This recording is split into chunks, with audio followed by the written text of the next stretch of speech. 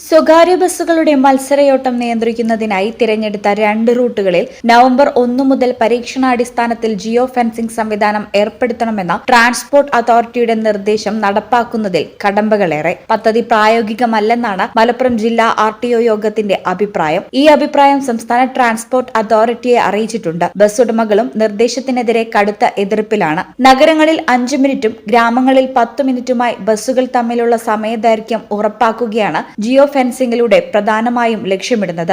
എന്നാൽ ഇത് നിലവിലെ ബസ് സർവീസുകളെ താളം തെറ്റിക്കുമെന്നാണ് ഉടമകളുടെ ആശങ്ക.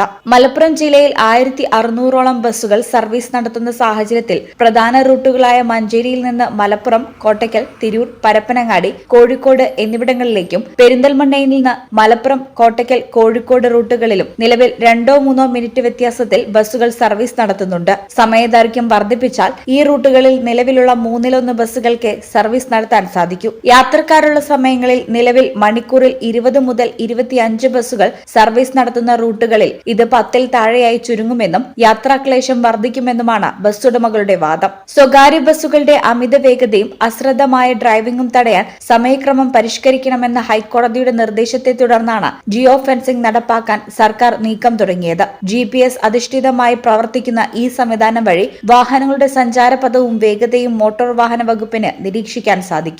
ജിയോ ഫെൻസിംഗ് സംവിധാനവുമായി ബസ്സുകളെ എങ്ങനെ ബന്ധിപ്പിക്കും, ഇതിന് വരുന്ന ചെലവ് എത്രയാണ് തുടങ്ങിയ കാര്യങ്ങളിൽ ട്രാൻസ്പോർട്ട് അതോറിറ്റി അധികൃതർ ബസ് ഉടമ സംഘടനകളുമായി നടത്തിയ ചർച്ചയിൽ വ്യക്തത വന്നിട്ടില്ല. ജിയോ ഫെൻസിംഗ് നിരീക്ഷിക്കാനുള്ള സംവിധാനം RTO ഓഫീസുകളിൽ ഒരുക്കേണ്ടതുണ്ടെങ്കിലും ഇത് സംബന്ധിച്ച നടപടികൾ പൂർത്തിയായിട്ടുമില്ല. നിലവിലുള്ള പെർമിറ്റുകളിൽ സമയക്രമം നടപ്പിലാക്കുന്നത് സർവീസുകൾ താളം തെറ്റിക്കുമെന്നും പുതുതായി നൽകുന്ന പെർമിറ്റുകളിൽ സമയക്രമം നടപ്പിലാക്കി 1 വർഷം നിരീക്ഷിച്ച് വിജയിച്ചാൽ മാത്രം മറ്റു റൂട്ടുകളിലേക്ക് വ്യാപിപ്പിക്കുകയാണ് ഉചിതമെന്നും ബസ് ഉടമകൾ ട്രാൻസ്പോർട്ട് അതോറിറ്റിക്ക് കത്ത് നൽകിയിട്ടുണ്ട്. യാത്രാക്കുരുക്കും റോഡുകളുടെ ശോചനീയാവസ്ഥയും പരിഹരിച്ചാൽ തന്നെ അമിതവേഗം നിയന്ത്രിക്കാൻ സാധിക്കുമെന്നും ഇവർ ചൂണ്ടിക്കാട്ടുന്നു.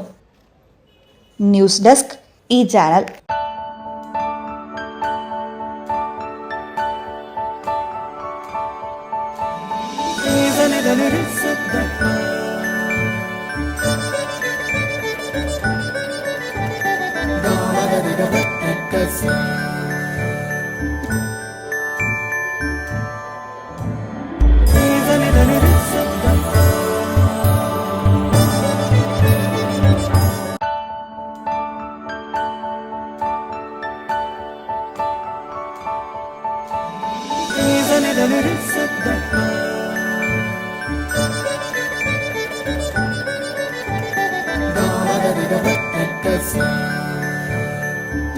Qatar golden diamonds, Calicut road, Valanchery main road,